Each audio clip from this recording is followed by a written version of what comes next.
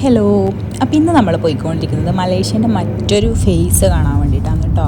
അത് ഈ പോയിക്കൊണ്ടിരിക്കുന്ന സ്ഥലങ്ങൾ കണ്ടാൽ തന്നെ നിങ്ങൾക്ക് മനസ്സിലാവും. അധികം റഷും കാര്യങ്ങളും ഒന്നുമില്ല, വലിയ വലിയ സിറ്റീസോ കാര്യങ്ങളോ ഒന്നുമല്ല. അപ്പോൾ ഇതിൻ്റെ ഒരു നാട്ടിൻ പ്രദേശത്തേക്കാണ് ഇപ്പോൾ നമ്മൾ പോയിക്കൊണ്ടിരിക്കുന്നത്.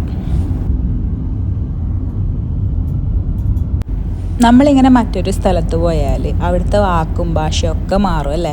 അപ്പോൾ അവിടുന്ന് ചില കാര്യങ്ങൾ നമ്മളെ പെട്ടെന്ന് അട്രാക്റ്റ് ചെയ്യും, ചില വേർഡ്സ് കാര്യങ്ങൾ. അങ്ങനെ ഒരു കാര്യമാണ് ഇപ്പോൾ ഈ വീഡിയോയിൽ ഏരോ മാർക്കിട്ട് കാണുന്നത് കേട്ടോ. കുരങ്ങൻ ലാജു എന്ന് പറഞ്ഞാൽ ഇവിടെ ഗോസ്ലോ എന്നാണ് മീനിങ്. അപ്പോൾ കുരങ്ങൻ എന്ന് പറയുന്നത് നമ്മുടെ മലയാളം വേർഡാണല്ലോ. അപ്പോൾ ആ ഒരു ഇതുമായിട്ട് സാമ്യമുള്ളത് കൊണ്ടായിരിക്കും ഞാൻ ആ വേർഡ് പെട്ടെന്ന് തന്നെ പഠിച്ചു. നമ്മളിപ്പോൾ പോകാൻ പോകുന്ന സ്ഥലത്തേക്ക് എത്താൻ വേണ്ടിയിട്ട് ഒരു 2 ചുരം കയറാനുണ്ട്. അപ്പോൾ ഇങ്ങനെ അതിൽ ഒന്നാമത്തെ ചുരം ഞങ്ങളിങ്ങനെ കയറിക്കൊണ്ടിരിക്കുകയാണ്. ശരിക്കും പറഞ്ഞാൽ ബ്യൂട്ടിഫുൾ വ്യൂ ആണ് കേട്ടോ. നല്ല നമുക്ക് ഇവിടെ ഒരു സൈഡിലൊന്നും നിർത്താൻ പറ്റാത്തതുകൊണ്ടാണ് ഡീറ്റെയിൽ ആയിട്ട് വീഡിയോ ഒന്നും എടുക്കാൻ പറ്റാഞ്ഞത്. അപ്പോൾ ഇവിടെ നിന്ന് നോക്കിക്കഴിഞ്ഞാൽ നമുക്കിങ്ങനെ വണ്ടിയിൽ നിന്ന് കാണാൻ പറ്റും. ദൂരത്ത് കടൽ, ഒരു സൈഡ് കടലിൻ്റെ ഭാഗം മൊത്തം നമുക്ക് കാണാൻ വേണ്ടി പറ്റും. പിന്നെ റോഡിൽ ഗട്ടറും കാര്യങ്ങളൊന്നും ഇല്ലയെന്ന് ഒഴിച്ചാൽ ചെറിയൊരു വയനാട് ചുരം കയറുന്ന ഒരു ഫീലൊക്കെ നമുക്ക് ഇവിടുന്ന് കിട്ടും കേട്ടോ. ഇവിടെ ഇതാ നമുക്ക് തെങ്ങായാലും മാവായാലും എല്ലാം കാണാൻ വേണ്ടി പറ്റുന്നുണ്ട് കേട്ടോ. പിന്നെ പ്ലാവ് ഞാൻ ഇവിടെയും കണ്ടിട്ടില്ല, അതിന് പകരം ഡ്യൂറിയാൻ്റെ മരങ്ങളാണ് ഇവിടെ ഫുള്ളായിട്ട് കണ്ടിട്ടുള്ളത്. ഇതുപോലെ പോകുന്ന വഴിക്കൊക്കെ ഫുള്ള് നമുക്ക് മറ്റേ നമ്മുടെ റംബൂട്ടാനും അങ്ങനത്തെ കാര്യങ്ങളൊക്കെ കാണാൻ വേണ്ടി പറ്റി കേട്ടോ.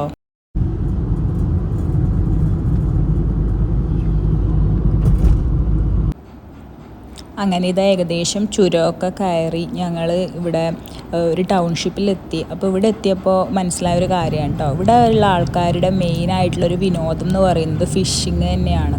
ഇപ്പോൾ ഞാൻ ട്രാഫിക്കിൽ കണ്ടൊരു കാഴ്ചയാണിത്. കാരണം ഇവർ ഈ ഏകദേശം എല്ലാ ഈവനിങ്സിലും ഏതെങ്കിലും കടലിൻ്റെ ഏതെങ്കിലും ഒരു സൈഡിൽ അധികം ആൾക്കാർ നമുക്ക് കാണാൻ പറ്റും. ഫാമിലി ആയിട്ടൊക്കെ ഫിഷിങ് അവരവിടെ നിന്ന് ചൂണ്ടയിടുന്നതൊക്കെ കാണാൻ പറ്റും.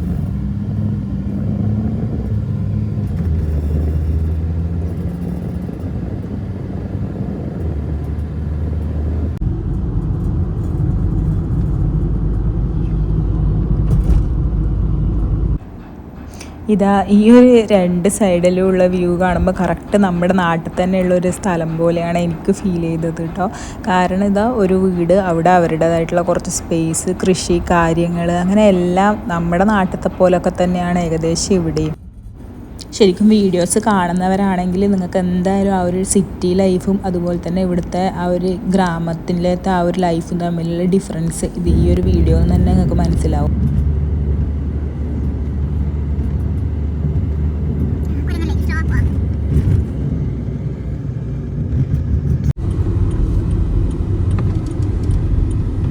അങ്ങനെ ഇത് ഏകദേശം ഒരു 3/4 മണിക്കൂർ ഡ്രൈവിന് ശേഷം ഞങ്ങൾ ഞങ്ങളുടെ ഡെസ്റ്റിനേഷനിൽ എത്തിയിട്ടുണ്ട്.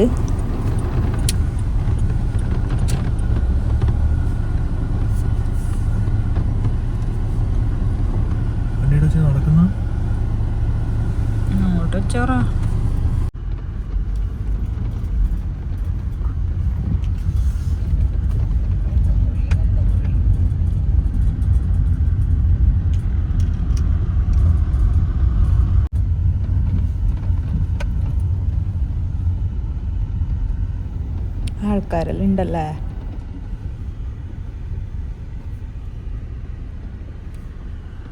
ഹലോ ഗൈസ്, അപ്പോൾ ഇപ്പോൾ നമ്മൾ നിൽക്കുന്നത് ബാലിക് പുലാവ്, പെനാങ് തന്നെയുള്ള ബാലിക് പുലാവ് എന്ന് പറയുന്ന സ്ഥലത്തുള്ള കണ്ടെയ്നർ ആർട്ടിൻ്റെ മുമ്പിലാണ്. ഏകദേശം 37 മീറ്റർ ഹൈറ്റുള്ള ഒരു കണ്ടെയ്നറാണിത്.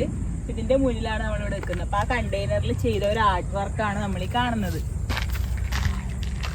അപ്പോൾ ഈ ഒരു കണ്ടെയ്നറിൻ്റെ 2 സൈഡിലും ഇവർ വ്യത്യസ്തമായിട്ടുള്ള, അതായത് ഇത് ഈ പെനാങ്ങിലുള്ള ആൾക്കാരുടെ ഒരു ലൈഫ് സ്റ്റൈൽ തന്നെയാണ് ഇവർ ഈ ചിത്രത്തിലൂടെയൊക്കെ ഇവിടെ കാണിക്കുന്നത്. അപ്പോൾ ഇതെന്ന് പറഞ്ഞ ഒരു ടൗൺ സ്പേസിലൊന്നുമല്ല, ഇത് ഇവിടുത്തെ ഒരു ഗ്രാമപ്രദേശത്താണ് ഇത് സിറ്റുവേറ്റ് ചെയ്തിരിക്കുന്നത്. അതുകൊണ്ട് തന്നെ വലിയ ടൂറിസ്റ്റ് അട്രാക്ഷനൊന്നും ഇതിന് കിട്ടാറില്ല.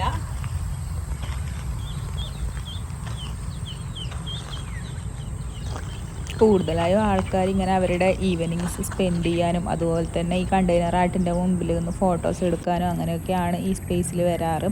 അതുപോലെ ഇതിൻ്റെ സൈഡിലൂടെ കാണുന്ന ഈ വാക്ക് വേയിലൂടെയൊക്കെ ജോഗിങ്ങിനും അങ്ങനെ ഈവനിങ് ടൈമിൽ നടക്കാനൊക്കെ ആയിട്ട് ഒരുപാട് ആൾക്കാരെ കാണാറുണ്ട്.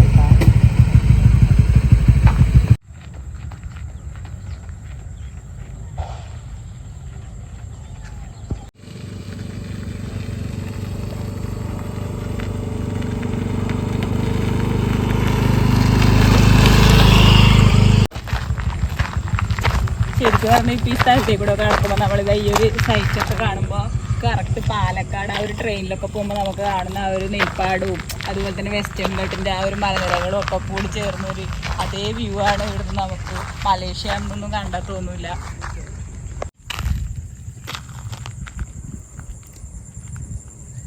ഓൾമോസ്റ്റ് സെറ്റാണ്, കൊയ്യാനുള്ള സമയമായി.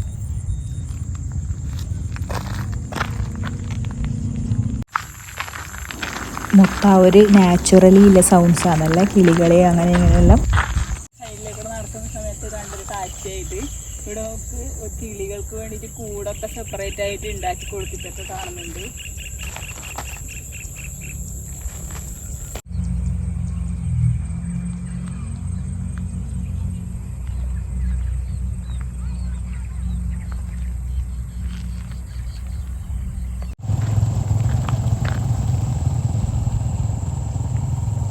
ഇവിടെ ഇപ്പോൾ ഏകദേശം സമയം 7 മണിയൊക്കെ ആയിട്ടുണ്ട്. അപ്പോൾ ഈ ഒരു സമയത്താണ് ഇവിടെ സൺസെറ്റ് എന്ന് പറയുന്നത്.